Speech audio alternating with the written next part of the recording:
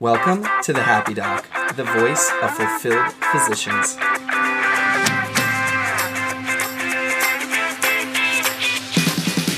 This show is about bringing inspirational, creative, successful, and happy health professionals to you.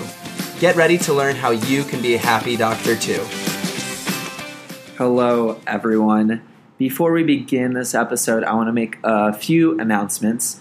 Number one, we updated our website on thehappydoc.com. We are really excited because we've been featured on quite a few websites. And if you go to thehappydoc.com, you'll see that we were featured on Doximity. We were featured on the Philadelphia College of Osteopathic Medicine's page. We were featured on Picmonic.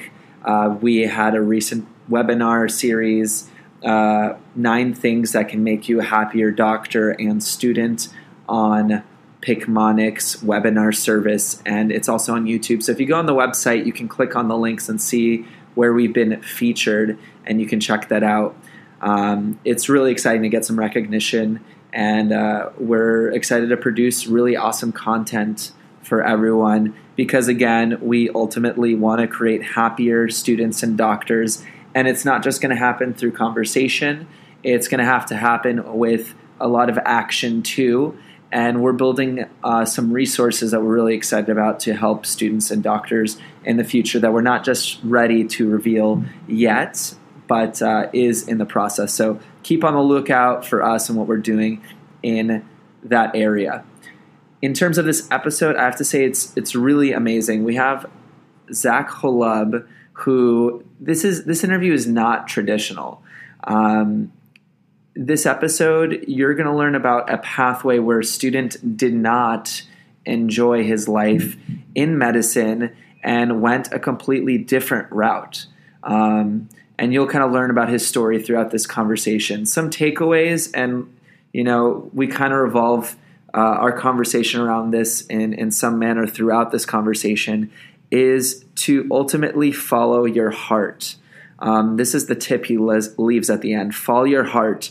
Take time to meditate or do some soul searching. Go out and kind of look inside yourself and try to really figure out what you're trying to achieve in life. Figure out what you're looking for in the next 3 to 5 to 10 years, and be willing to trust in yourself and take risks when necessary. You're going to hear about kind of his journey and what he's kind of faced throughout this process.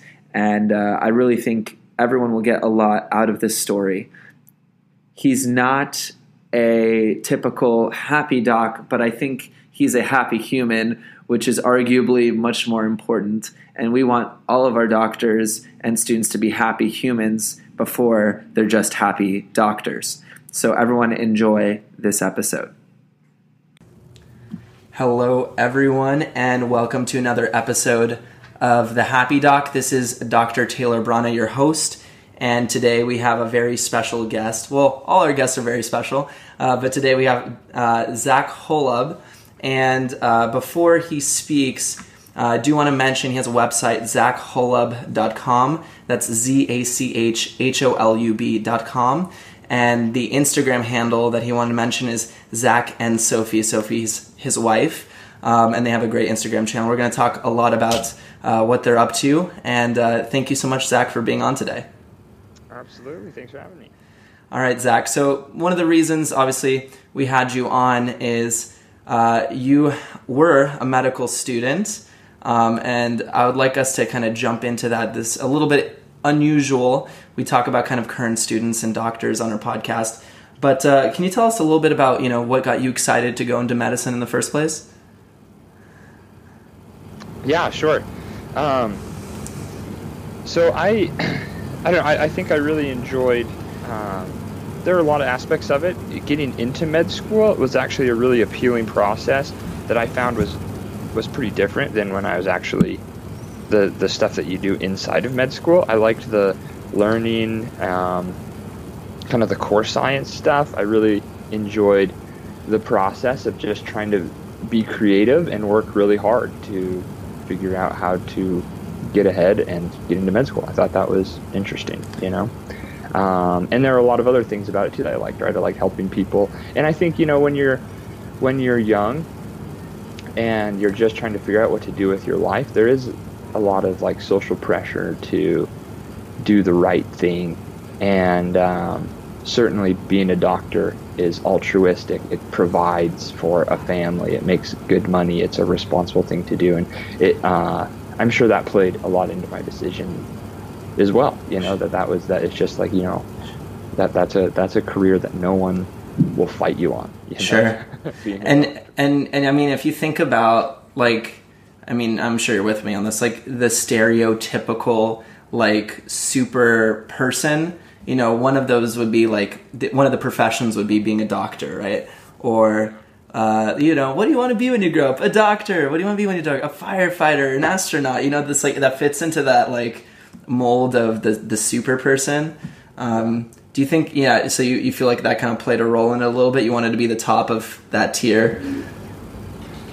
Yeah, absolutely. And it's just like, trying to be a good person. You want to, like, help people too. I think there's this stereotype that, like, if you want to do good in the world, that, like, everyone in business sort of, like, rips people off, or, like, you're obsessed with money or something, so you, like, can't do anything good in the world. So if you're, like, someone that's not selfish, then being a doctor is the way to, have a career and still be a good person. And so that's something that I have to, like, learn, that, like, oh wow, like, there are lots of careers that make this world a better place and that are super important. And being a doctor is one of those, but wow, there are a lot of others. Yeah. I love what you just said. And I hope people can kind of drop this in their thinking, because I think what you said was so important. We can hold on to, like, this idea that I'm a doctor, so I help more people than you do. You know what I mean? Like, almost like it's a competition of who's helping more people. Yeah. You know what I mean? And sometimes, like, oh well, you surely you help people too, but, like, I'm saving people's lives, so right. It's important. Like, at the end of the day, like, let's be real, right? The doctor saves more people, like, sure, we're better people. And it's like, well, no, like, and that's a big thing I learned too, in being in med school and looking around, is seeing that the mindset, you have to be really careful as a medical student, as a resident, as a doctor, to not get caught up in the, like, I'm the most important piece in this puzzle. Like, without the businessman, there's no hospital. Without the engineer that designs surgical tools, there's no, like, effective surgeries today. Like, everybody comes together, everybody plays an important role, and I think that's one of the big things that we're coming to realize here in this, the next era of medicine, that is really going to get us, caught up with taking care of massive amounts of patients, and embracing technology, is that everyone's playing an important role. Yeah. And we try to embrace that, right? We try to tell people medicine is this team building, like, we're all working as a team, but then there's also this counterculture thing that's kind of running in the back of our minds. It's like, well, we're a team, but there's also a hierarchy, and the doctor's at the top and he's driving everything. Yeah. So you're saying, I mean, just to kind of summarize, there needs to be this sense of humility, that it's not just the physician who does it. There's that team part. But even if you look, I mean, if we want to talk about what's one of the ways that we, quote, value people, it's the dollars, right? So who's at the top of the food chain, making the most money in the healthcare team by a lot? 200, 250K. Not to say that doctors make a lot of money, because we incur a lot of debt, as you know. But still, if you even look at it that way. So, I mean, you're right. There's definitely that hierarchical structure that's in that process. So, in terms of medical school, let's kind of jump into that. There, I'm sure, was some challenges. What made you feel like, as you were kind of in that process, that maybe this wasn't for you? Well, I think that, I mean, one of the big things is that I just didn't enjoy it anymore. There was something that changed in the basis of what I was studying. I loved school. I really enjoyed college. I really enjoyed taking my pre-med classes. It was hard. I worked really hard and got it done really fast, but it was fun for me. I really liked physics. I liked OChem. I liked doing all this stuff. And when I got to med school, and it was more like pathophys and physiology, and it just felt like I wasn't I was memorizing more than I was like solving problems. That ceased to be interesting to me.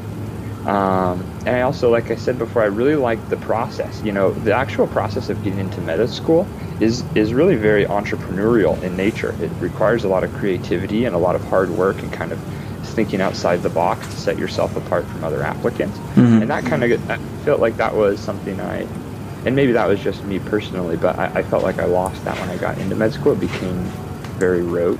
Yeah. And so, I think I just, I didn't, and that, this is my fault, for not investigating properly as well as I should have. That, the basic material of what I was going to be learning every day wasn't that interesting to me. Yeah. So, as I'm kind of like reading in between the lines a little bit, what I'm hearing is what fueled you before med school was the process of the things you're doing rather than necessarily the things you were doing. Like you were saying, you had to be creative and entrepreneurial and you had to figure stuff out. And then as you went to med school, the information itself and the process you took to learn that information wasn't as appealing to you. Yeah, I think that's true.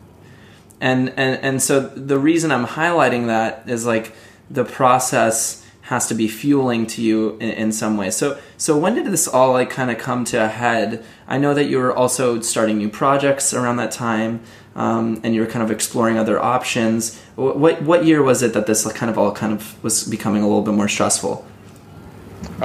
It was all progressively more stressful as time went on, and I enjoyed things less and less. But we all tell ourselves, med school is hard, right? The first 2 years are really hard, and you kind of have to get through them, and then everyone says it gets a lot better in clinical years, right? And so it's like, well, I can appreciate that and, push through for a couple of years to do that. But a big part of it too was I talked to a lot of doctors. I started interviewing lots of people just to try and figure out kind of what I wanted to do, what would be my place in medicine.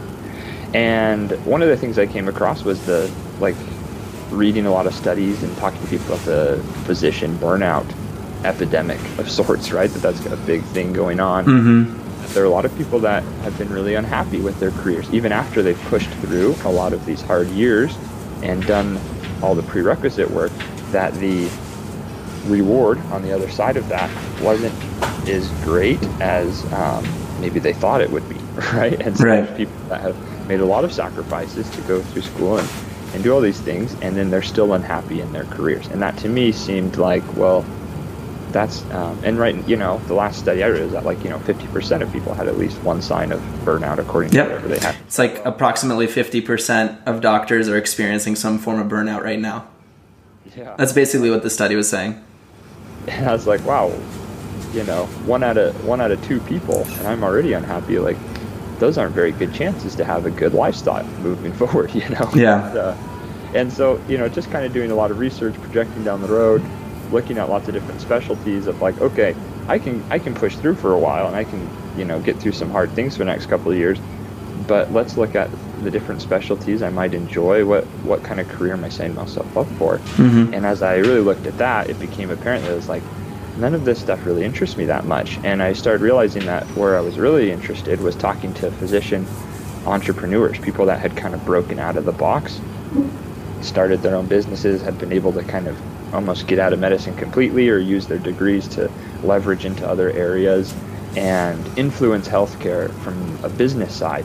Because I still really enjoyed healthcare, and I still do to this day want to keep that close, but I just felt like where I would fit in better and where I could do more good for medicine was from an entrepreneurial or a business side, Yeah. So I started, and I was just kind of getting bored memorizing things. It wasn't, it didn't fulfill my need to create things, I guess. And so I started doing lots of stuff on the side and learning about online businesses, and my wife and I started a big community for cancer survivors, and I was starting to build websites and get into online marketing, and you can kind of BS your way through the first 2 years of med school where you're able to do that. And I could take off time from school and then kind of pull all-nighters and get caught up, and I was able to do that. And I wasn't top of my class, but I passed my classes, and I was able to kind of sandbag my way through kind of doing both of these things at the same time. Sure. And then step 1 hit, and that's kind of the time when the rubber hits the road and you really can't BS your way through step 1. And so that was kind of time where it was decision making, and it was like, either you need to give up this stuff and you need to focus on step 1, and I was pretty unprepared, so I would have had to really dig in for a while, or you can try and do or you can give up med school and go do what you want to do. Yeah. It just seemed like the things I really was interested in, the things that made me feel alive, were not down the road that step 1 was taking me. Sure. And so that was kind of when I was like, all right, I'm going to take, and I actually didn't, I took a leave of absence, which I'm still on right now. Yeah. But just in case I ever, wanted to keep the door open. But yeah, it was like a week after I had signed my leave of absence, I just felt really good about my decision, and things started working out. Yeah, sure. And as you're saying this, like, one of the reasons I made this podcast, and it's funny you mentioned like step 1, is because I felt so exhausted, emotionally, spiritually, everything, physically, and I was so distraught because I was like, I just feel like this process doesn't have to be like this. I feel like it could be better. I feel like there's a way that we can feel like, the healthcare system, it has the word health in the beginning, and I was the least healthy I'd ever been. And I'm sure you're nodding right now. You're saying, you're agreeing with me. And so there's a problem there. And yeah, there's people that are thriving. There's people that are excited. And so we have these conversations, right? But I love talking to you because it's not for everyone. And sometimes you got to figure out, like, this isn't me, right? Like, you felt the same way, like, this isn't me. This isn't what I'm meant to do, or my talents are better used somewhere else. And so what was kind of the feedback? You took the leave of absence and you went on to do other things. What was the feedback that made you feel like that was the right decision? Well, there was actually competing feedback, I think, because on one hand, I felt, there's something you can kind of feel in yourself, I think, when you're making a good decision. And I felt at peace about it. Things started, this was a time when what I was really involved in was converting an old fifth wheel into our off-grid tiny home. And like, I was trying to build out. I want to talk about that, by the way. And I wanted to, live in a field in my fifth wheel. And yeah. It was a big project, though, that I had, drastically underestimated how much time we needed. And so I was like, I really want to finish this. And so that was kind of what I put in my time to doing. And it, and that just felt good when I did it. Things started, I felt at peace. I wasn't stressed about everything anymore. So that felt good. But on the other hand, there's feedback you get from your peers and from friends and family that aren't involved in medicine, that think that you're out of your mind, and think that you're extremely irresponsible. And there's even a voice inside you, and I think, all of us in medicine that says that same thing, that it's just such a wild idea that you would sacrifice so much and work so hard to get into med school and finish 2 years, and then you would jump ship, And so there's this interesting cultural dynamic where leaving med school is, no matter what, a step down. And I think that's an interesting paradigm that we might want to look at as a whole, because if someone is to quit being a plumber and go get an MBA, we kind of see that as a step up, whereas quitting med school and going to be a plumber is definitely a step down. But what if that plumber absolutely loved plumbing, and they got pressure from their family or whomever, you should do something else, and then they went and they kind of listened to that external voices, they went in and got an MBA, and they're unhappy. Was that a success? Right, exactly. And that was my mindset of what you have to kind of battle with, is figuring out, what makes you happy, how do you define success personally, and what's the kind of life that you want to carve out for yourself, irrespective of what all the voices in your head and all the people around you are telling you. And so that was a hard thing to fight through, and to really kind of train yourself that, like, hey, like, are you making decisions that are going to make you happy and are going to, create success in your life, or are you doing things that other people think are are going to make you happy. Yeah. Which right now is not, we already talked about, is 50% are unhappy. So yeah. So it's interesting. That's who we take advice from. But yeah. So Zach, like, what makes you happy? What makes you feel full?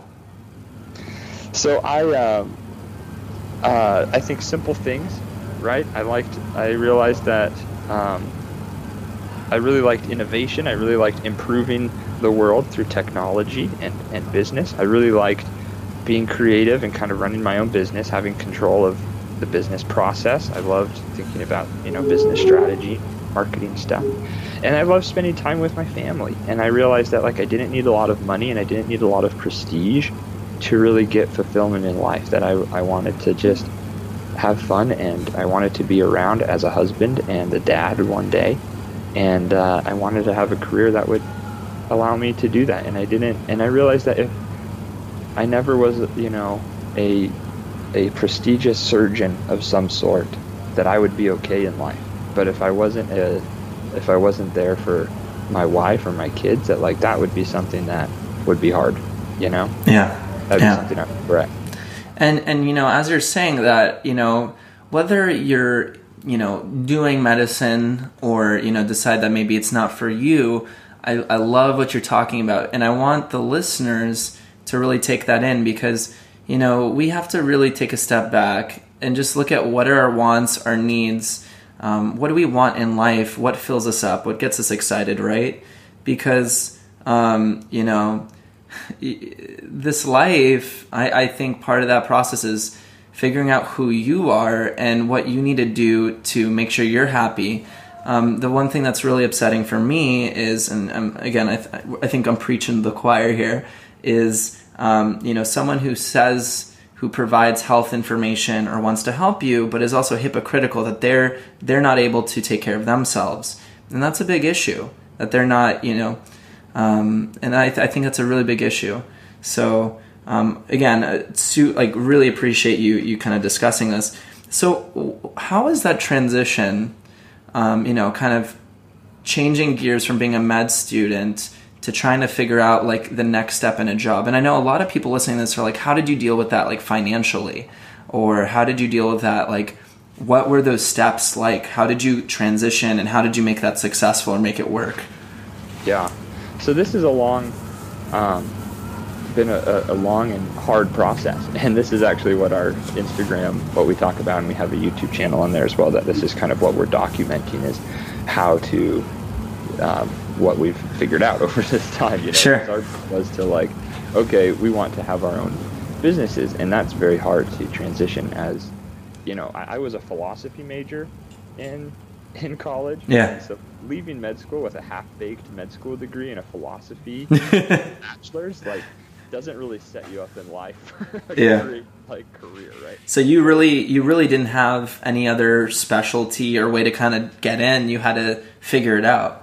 There was very little to rely on, and so it was really a step in the dark. Where it's like, listen, we're not happy here. If we're gonna take a chance, let's do it now. And you kind of have to trust in yourself, knowing that, what? I'm a smart, hardworking person. I got into med school. I can figure something else out that I enjoy, Right. And so that was kind of all we had, was we've got some ideas what we want to do. Let's try and make this work. And so I left med school. Once we finished everything on our fifth wheel, we were at $97,000 in debt after 2 years of med school. And I went and I got a job that paid $10 an hour. Was my first job. Wow. And I was like, this sucks. What was that job, just out of curiosity? I just took anything I get. So that first one, I was at a makeup factory here in Utah. Okay. Packaging makeup. And so that was a temporary job. I did it for one day until I found something else, right? And I was okay, worked that for one day. Then I found another one that paid $12 an hour. And I worked that one for a day. And he found another one that was doing sales, and that one had prospects of being better and ended up being not the best. But so anyways, I moved through about 5 jobs in a period of 6 months, and I eventually got into a salaried position as the social media manager at a marketing firm, which had a good respectable salary that paid me around what you make as a resident. And wait, can we take a step back here? So I'm just listening to this. So you didn't have any degree or specific specialty, and you left during second year, at the end of second year, right? Yeah. And without any skills or degree in this field, you were able to get a job after kind of bouncing around a salaried position at the level of a resident, like within 6 months. Yeah, it was. Let's see, it was actually exactly 6 months. That's just the math, but it was pretty cool. And I actually, while I was in med school, remember I had been like pursuing these other things and trying to figure out, online businesses and marketing and social media marketing and stuff. So I had some like, I had a lot of time under my belt goofing around. Mm-hmm. We had been able to build like a pretty substantial following on my wife's Instagram, and that was pretty much what I was able to sell myself on, is that we got her thing up to like 30,000 followers, and so that was like my one thing that I used to leverage myself, and that's how I got that job, was off of building one Instagram account. Sure. So what you're saying, I mean, a lot of people won't get this, is things, these skills like social media, for example, these things we do for fun or kind of like a side gigs could be the gateway for you to open up something else. Yeah, 100%. It was, and it's amazing that, like, I mean, if you take someone, most people in med school are really talented and hardworking people. And if you forcibly take them out of med school and be like, hey, you can't go to med school anymore, you have to figure something else out, like, they probably will, but there's a lot of fear there. And we think that we're failures and that, we've ruined our lives and things. But I mean, the traits that got you into med school are the same traits that are going to help you be successful in any other profession. And it's just a matter of like working hard and taking risks and, suffering for a while. Those 6 months were pretty like miserable and stressful. No, yeah. We didn't have anything, but with time and patience and hard work, it works out. Wow, I love that, and there's going to be so many people who are unsure of kind of where they're at or what they want to do, and you took a big risk, like you leaped, right? You could have easily tried to continue and push through it, but you kind of took that other journey. And it sounds to me like you're a lot happier because of that. Is that true? I am. I totally am. And it was actually, so we worked that job, and I got we left med school actually on April 14th. And so it was March 30th this year that I was able to quit that job, because we had built up our own business big enough that we were able to make more money and have more time doing that. So and that was our goal. Like within 1 year, let's see if we can have our own businesses. And we hit that just in time. So that's where we are now, and it's definitely much happier, much better. Feel a lot better about where we're at. Congratulations. Yeah, we're real stoked on that. Yeah, no, that's amazing. So can you tell us, how, now it sounds to me like you're more of an expert in this field, right? So how did you kind of develop that business? Can you tell me more about like what you guys have grown and how you developed that? I started just learning a lot of things, trying to dig in. I listened to a lot of people online, like Gary Vaynerchuk. We were talking about him earlier. Yeah. But listening to him, I read lots of books. I think we went through that year. What are some books, like if you were to have like someone who wanted to learn business or entrepreneurial skills, what are a couple of like starter books that people could check out? You got to read The Lean Startup by Eric Ries. You should read a couple books on like personal finance. I think is a huge thing for med students, and especially people that want to do their own thing, because one of the things I realized is that controlling your personal finances is what allows you to be entrepreneurial, to take risks. So I'd read a lot of things like Millionaire Next Door, Rich Dad Poor Dad, that kind of stuff. I think The 4-Hour Workweek by Tim Ferriss was one of the seminal books in my life that actually inspired me to make the switch. I don't know if you ever read that one. Yeah, so I would like to mention to listeners, like, it's kind of hard to understand some of these conversations, like with Zach and I, if you haven't exposed yourself to this stuff. Because I mean, you can talk about it. Like the 4-hour work week totally flips your brain from the standard model of how people think about life, right? Right. That's what it is. It's a business book, but it's also like a lifestyle book that teaches you to approach your business in a way that, like, you know, helps you to develop happiness in your life the way that you feel it and you experience it. Sure. So I want to do a quick plug about the 4-hour work week. One of the things that blew my mind was the whole mini retirement concept.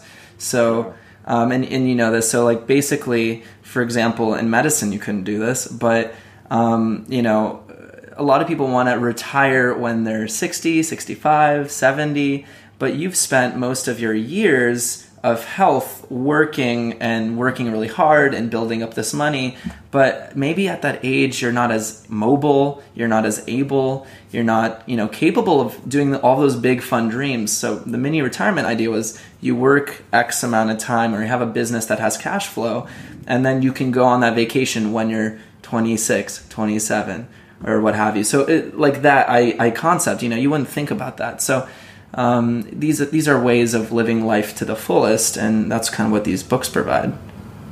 Yeah, absolutely. Yeah. And it's such a helpful thing to just, even if you don't want to like leave med school, it's such a helpful thing just to consider different perspectives that you don't get a lot of in med school and in that environment of how you approach budgeting and personal finance and your career. I think there's things just to think about, you know? 100%. So what you're saying is, like, even exploring kind of these business skills, entrepreneur skills, financial skills, like it could improve your ability to be a physician.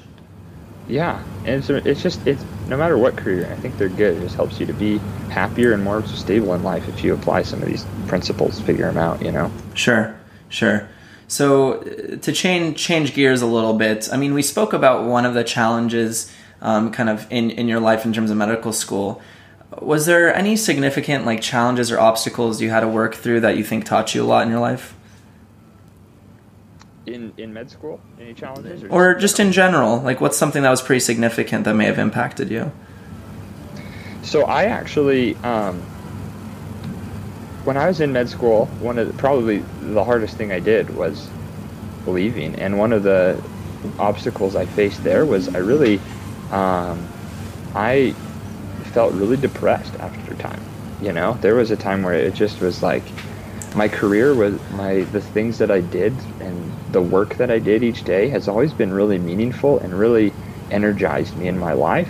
And when I didn't have that anymore, I really fell into a state of depression where I was really low, and it was a hard thing to just do stuff, and that sucked. And so that was probably one of the hardest like obstacles I've had to overcome, is figuring out what to do, how to navigate those circumstances, trying to figure out why you're depressed, and figuring out how to like overcome that stuff. That's hard stuff. Yeah, and I would say it's really hard to figure out what direction to move when you're depressed, because like I don't know if you felt this way. I mean, I've been there for sure. And when you're in that state of mind, you're not creative. You're not thinking about the big picture. You're just like, what the heck is going on? Whereas maybe if you're in a better place and things aren't adding up, you're stronger. You're able to be like, well, I should do this instead. But when you're down there, it's really hard to pick yourself up. So was there like, kind of when you were stuck in the dumps, was there like an aha moment that like kind of transitioned you into thinking differently? Or was it over time? Well, there was one of the first books I read was Viktor Frankl's Man's Search for Meaning, which is an awesome book about a psychiatrist in World War II Germany. And he talks about at the end of the book about logotherapy, which is and introduces the idea that, like, you know, certainly there is depression that is caused by a chemical imbalance unexplained by external stimuli. But he introduces the idea that, like, sometimes there are people that are depressed because of something in their life, right? Because they're doing something, right? And that seems like probably a pretty simple idea to accept, but wasn't really something that I had really accepted at the time, for myself at least, that I had thought about. That is like, oh, maybe I'm depressed because like I don't enjoy what I'm doing with my career, Right. That wasn't like a thing that I had really thought about. And so that, like, just kind of considering that and looking at myself like, okay, what could I do to get out of this place, was a huge win and a huge turning point in my life. That was like, okay, that's when I started to, like, it was like do or die, right? Because it's like, I don't want to feel like this the rest of my life. This sucks. So it's like, either, you figure something out here, or you're going to be sad for your whole life. Yeah. I just started, like, that's when I started working really hard. It's like, get out of this pit. Read all the books you can, figure out a way to get out of here. Because even when you figure out that that's the problem, it's really hard to get out of medicine once you're locked in, 100%. I mean, you're literally, and especially like you're a super motivated person, you've worked so hard to get these scores, get these grades, make these connections. You've told people you want to do it, and so you're literally turning 180 degrees and walking the other direction. And you're going to lose friends in that I mean, there's so much that you're letting go of. I have to applaud you for being courageous enough, seriously, because I think you really turned your life around. You seem a lot more happy about it. You're excited, and I want people to also know, like, the whole concept of the happy doc isn't about necessarily being a happy doctor. We would love if you love the career, but sometimes it's just not for you, And I think that's actually a super important point that we don't talk about a lot, It sort of breaks the standard mindset that, like, anyone, like, that someone wouldn't enjoy being a doctor. And it's not just within medicine, it's just our whole culture in general. We look at doctors, we put them kind of on a pedestal, and no one could understand why I would leave med school. They're like, if you got into med school, like, you had the opportunity to be a doctor, you could keep up with the classes, like, why wouldn't you? Like, everyone would want to be a doctor, right? Right. Like, well, maybe not. Maybe, Yeah. And I think it's important to recognize that, like, hey, it's a great career if you love it, but it's not for everybody. And we have to accept that, like, there are some people that aren't going to enjoy it, and it doesn't mean that they're dumb. It doesn't mean that, like, they can't keep up with this stuff. It just means that maybe they like other stuff. Yeah. And I think another big part of it too is, even on, like, your personal level, I think maybe your talents and your skills and what you're good at could stack or work better in something else. And I think there's a lot of guilt for people. They're like, well, I could help a lot of people. I could help a lot of people doing this. That's why I can't leave. And the truth is, you can help a lot of people doing completely different things, right, Zach? Like, you can help a lot of people being, like you said, like, the engineer that made those tools helped a lot of people. The business person that makes the model that the hospital can still work in helped a lot of people. The facility staff that made the area clean for the patients helped a lot of people. So, like, I feel like there's a lot of guilt in there, but you can help a lot of people in so many ways. Even us talking is helping a lot of people. So to drop that kind of guilt and that shame, I think, is super important. Absolutely. Yeah. So Zach, looking back, you kind of went through this journey, and you're a year out since then, right? I am, yeah. Yeah, so you're a year out since then. Would you have changed anything? No, I wouldn't have. I think that, if there was anything, I think that I could have left a year earlier. I started having these, pretty strong feelings after my first year of med school, and I really considered leaving after my first year. But it like I said, a lot of, social stigma, and I think there was a lot of fear there. If I changed anything, I probably would have left right earlier. Yeah. And so, I mean, I guess you still had the experience. You kind of had to figure it out. And sometimes you kind of need that pressure to realize, well, maybe this isn't the direction I need to go. So, yeah, no, I appreciate your honesty in this conversation, your courage. It's something that's necessary. This is, these are the conversations we really want to have. We want to be real, and I appreciate that. So for anyone who is kind of in a spot where they're having some difficulties, they're not sure which direction to go. I don't want you to be skewed when you answer this, by the way, and I'm sure you're not going to be, but for anyone who's in a tough spot, they're like, maybe this isn't for me. Maybe I need to think of something else. Like, from your perspective, like, what would you have told yourself? Yeah, well, I think you have to have some really honest inquiry during that time, some self-reflection where you can dig in, because there's two possibilities, I think, that, well, at least two, that for one, you come across some really hard things, and it can be really challenging within medicine, and it really can get you down, and it can be very discouraging. But inside, you know that your dream is still to become a doctor. And in those cases, it's like, if that's really how you feel, like, then you got to push through. You got to keep going, because that's what you know is going to make you happy, and that's your dream. But at the same time, if that's not your dream, then you have to have the strength and the faith to quit and get the heck out of there, because it's never going to make you happy, and you got to start chasing what your real dream is. Sure. Because it's only going to get harder the more time you wait. Sure. And so figure out which camp you're in, and then have the you got to find some inner strength somewhere to push in one direction or the other. Yeah. So what do you think, in your life, what do you think has provided you a lot of inner strength, even in those tough times?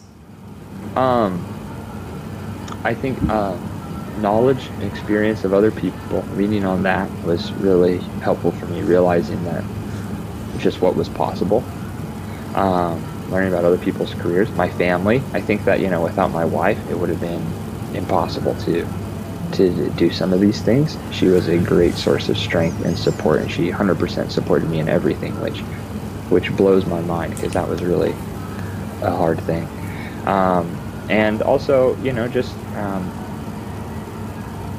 using whatever gives you strength and everything else in your life. I think, for me, I'm a religious person. Putting that on, taking those sort of decisions to God is something that helps me a lot, Mm-hmm. Yeah. And you had a lot of support with them, whether it was spiritual or through your family members. They gave you a lot. And again, that took a lot of strength. I don't think everyone can do it or will do it. But for you, it ended up working in a way that, things kind of are moving in a direction that you're really enjoying. Before we go, what is a tip that you'd like to leave to listeners today? To follow your heart, do some honest reflection. Take time to meditate. Go out in a field and get rid of all the distractions. Don't listen to other people. Listen to yourself. And take everyone's, listen to people's advice, but don't internalize it right away until you've really figured out what you're trying to achieve. And I think that has been one of the hardest things, and the mantras I've had to tell myself every day is figuring out what you really want. And it takes a lot of time and soul searching and writing down your goals. Really getting out there, figuring out where you want to be a year, 3 years, 5 years, 10 years from now, what you want your life to look like, and then going to work on it, no matter how ridiculous it seems, and being willing to trust in yourself and take risks when necessary. Wow, that was a really powerful statement. And I think I got a lot out of that for sure. So what's a way that we mentioned it before? What's a way that listeners can get a hold of you or reach out to you? We're pretty active on our Instagram. So go to Zach and Sophie, SOFIE, or reach out to me on my website. I've got a contact form on there, and I check those all the time. Awesome. So, send me an email. I'd love to talk about this stuff with anybody that's struggling or trying to make a tough decision. I'm more than happy to hear what you're going through. I think that I wish there would have been more resources when I was going through it. It would have been really nice to talk to people that kind of understood the situation. So I'm more than happy to talk to anyone that's looking for that. Sure. Thank you for that. And it's Zach, Zach, right? And Sophie? Okay, great. All right. Well, Zach Holub, thank you so much for your time. Sincerely, I think that was an awesome conversation. I got a lot out of it, and I know everyone listening in is as well. And I appreciate your time. Awesome. Thanks a lot. Appreciate it.